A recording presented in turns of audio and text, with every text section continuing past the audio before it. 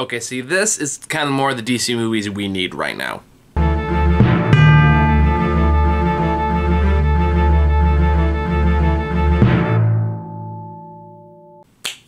Okay, so last movie on the docket is Blue Beetle, which is the latest DC movie. I actually just watched this one today, so this one's fairly fresh. I'm just getting this review over with because right now, as I mentioned in previous videos, everyone's just kind of busy all the hell. This week has just been playing havoc with everybody.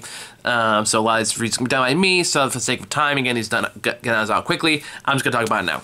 So Blue Beetle is based on the DC character of the same name, with references to the previous incarnations of Blue Beetle, in Ted Korg, and the one before then that I don't actually know. So, this one, of course, follows Jaime. It's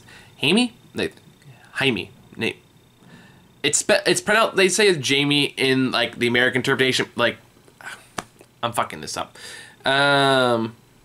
Amy Reyes, who is this, like, second-generation immigrant child. I'm not doing this well. This movie is about Amy Reyes, who is a child of an immigrant family who immigrated from Mexico and are now living in the fake city in Florida, where there is basically run by Cord Industries, which is, of course, a reference to Ted Kord's company, who was the original Blue Beetle, but didn't actually have the Blue Beetle powers that Amy has. Sometimes said Jamie. Might be easy for me to say Jamie because I am very white. But I'm going to try to be respectful to culture. So, yeah.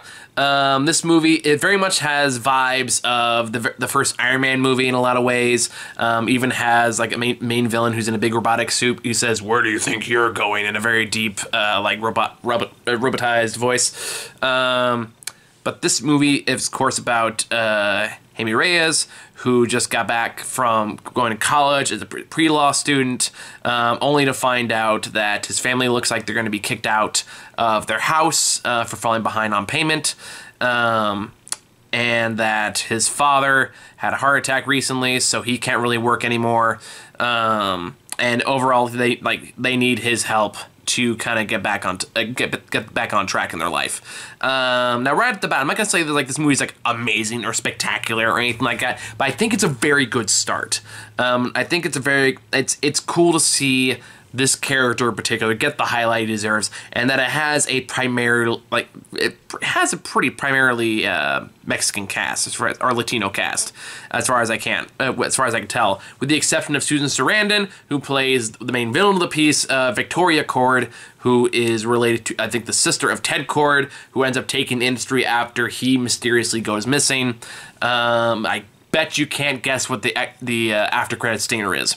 But anyway, Victoria Cord, in the meantime, has discovered the Blue Beetle artifact, which she is using to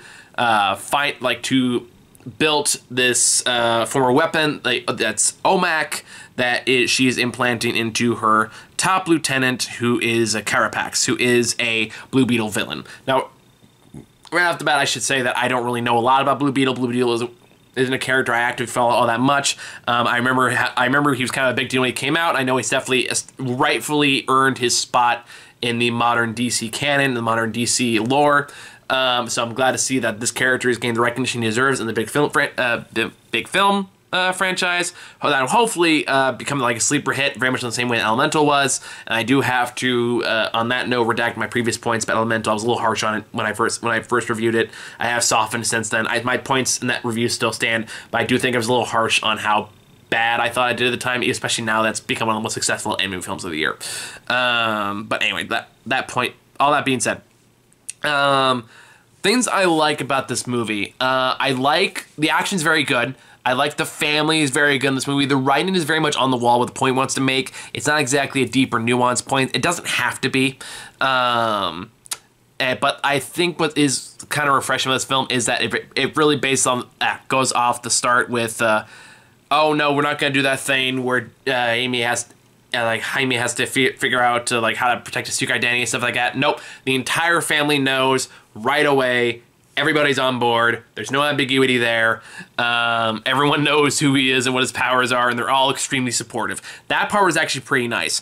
I do really like this family dynamic. I think all the members of the family are a lot of fun, and I like the way they get along with each other. I like that they're supportive. I like that there's no one that's actively pushing against like what's happening, like Amy, whatever's happening in the story.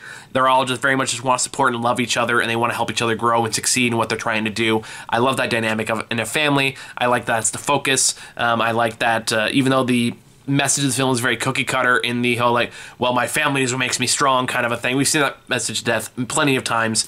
But here what I like about it is the fact that it does actually feel like it's supported by the actual characters. Isn't just, oh, I have to love them because we're family kind of a thing. This camera's running out of battery, so I'm gonna plug this in. I'll be right back. Okay, sorry about that, everybody. So as I was saying, the family dynamic here. The dad in particular, I really liked. He and Amy had some really good scenes together, and it did scare. I'll talk about that more when I get to spoilers. But I really like the dad here. I thought the mom was nice. She didn't have a whole lot of scenes, but she does have a nice. Grandma has a nice, fun little arc through the. Not to say arc, but reveal towards the third act of the film. That was fun. The sister is a lot of fun too. She has very good chemistry with Amy. And George Lopez, who I thought I was gonna get really sick of by the time the movie was over, because I'm just not a big George Lopez fan. I actually thought he was pretty good in this. There were some parts where I feel like gave him a little bit too much to chew, but for the most part, they did a good job of kind of reining him in, and just kind of using him when he was applicable to do so. And I'm trying to pull up because the kid who actually plays Amy himself is very good, and I think he's a fairly newcomer, if I'm not mistaken, and his name is Zolo Meriduena. I'm gonna butcher that name. I am so sorry in advance. His name is Zolo Meriduena. I have no idea if that's how you say it. Now I feel like an asshole, but yeah, this is like his big role after, you know, Cobra Kai, so good for him. Moving up in the world. I respect it. He does do a very good job of carrying the film. I do like the Iron Man 1-esque kind of interaction he has with the actual Beetle. The scenes they have together work very well. The superhero scenes themselves are very fun. They take advantage of the wide imagination that the Blue Beetle scarab allows him to have. I think it does have a bit of an Iron Man 1 problem in that the villains aren't quite as interesting as the hero, but then again, it's not really about the villains, it's about the hero, so you can kind of let go of that fact. Carapax is given a little bit of depth towards the end of the film. I don't want to say what it is, because that goes into spoiler territory, but I do think he did a good job. Victoria Cord, on the other hand, not so much, and that is one that's kind of perplexed me while watching the film, because I don't know Susan Sarandon. I usually love Susan Sarandon whenever she shows up, but this is a case where just her performance was just not working for me, and I don't know whose fault that is. I don't know if that's Susan Sarandon just not really grasping with the material, not really giving it her A game, or the writing just wasn't giving her enough to work with, because I can see either or both being part of the problem. Either way, it does leave Victoria Court kind of feeling like underdeveloped and not all that threatening, and kind of feeling like she's just there to drive okay, that's exactly why she's there. She's not that engaging to watch, is what it boils down to. Carapax is a suitably threatening presence. His big bad guy suit at the end does kind of give me Ironmonger vibes, but I did Google it. It is pretty comic accurate, so hey, cool. What's his name? Who does it? No, it's not. It's not. I don't know who plays him, so we're just gonna keep going. And the fights he has with Blue Beetle are a lot of fun. It was cool getting the callbacks to Ted Cord and seeing all the cool stuff they made for him, like the actual suit and the Blue Beetle ship he has. I don't know what the actual ship is called. I know it looks very cool, and the sequence they have him in, again, without going to spoilers, is a lot of fun to watch. I like that they kept Ted Cord's kind of silly sense of humor into it. It feels very natural for that character.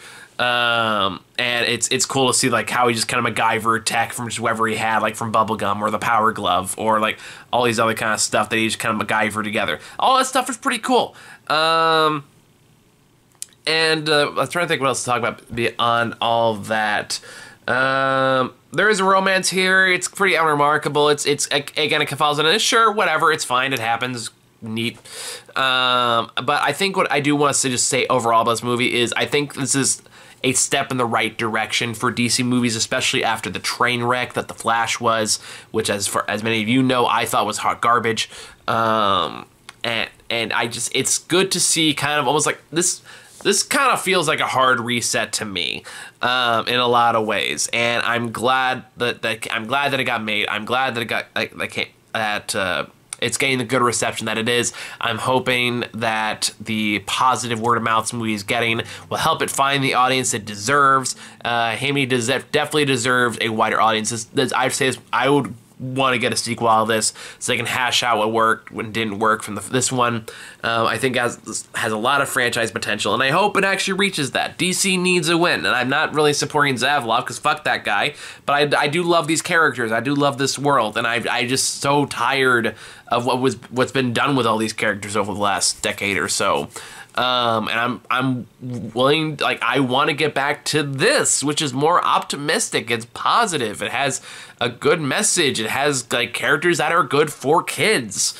It's something that deserves more recognition. Again, I feel like this feels more core to what DC and superhero movies are about than any of the other DC movies that have come out. That isn't like any of the main ones you see,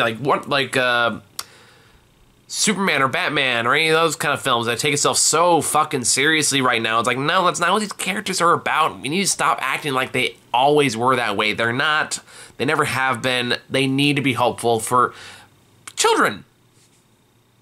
And children, like, they deserve to be seen, and especially like more diversity in that mix. We're talking about culture. There is some very loaded imagery involving like a militarized force breaking into a Mexican house and dragging the family out. There is some talks about like immigration and like how immigrant families are being pushed out more and more by the forces of capitalism. It's not the main point, but it does feel like it's a very important part of their life that is does deserve to be highlighted. The daughter in particular has this great line where she's talking with her brother on the roof of their house, and she says they already forced us on the other side of the tracks, and now they want that too. Talk about like gentrification and all that. Those are very real issues, and it's kind of cool to see that get more of the spotlight, even with all the larger sci-fi trappings.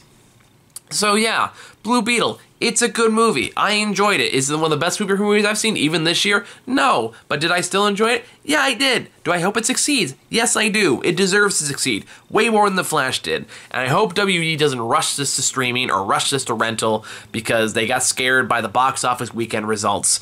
And they actually let the movie breathe and let positive word of mouth do its job. And if they can do that, maybe we'll actually have justification for the right kind of decent movies that they should be making instead of what they have been making up to this point. I'm not saying all the previous DC movies are bad, because I love The Suicide Squad, I like Birds of Prey, and movies along those lines, but we need it needs to go back to basics, and I feel like this is a good back to basics film. So I think it's all I really have to say about Blue Beetle. I think it's worth a watch. I think if you go support it, I think it deserves your support. And I think that's all I can really think about. So if there's any movies that's come out in theaters that I have not gotten to yet and you want me to talk about it, leave me a comment. Let me know what you want me to watch. I'll try and make time for it if I can. In the meantime, I'm going to keep trying to catch them as best I can. There's another movie that comes out this weekend. I forget what it is, but I'll get to it when I can. In the meantime, thank you so much for watching this latest batch of reviews, and I'll see you all in the next one. Bye-bye.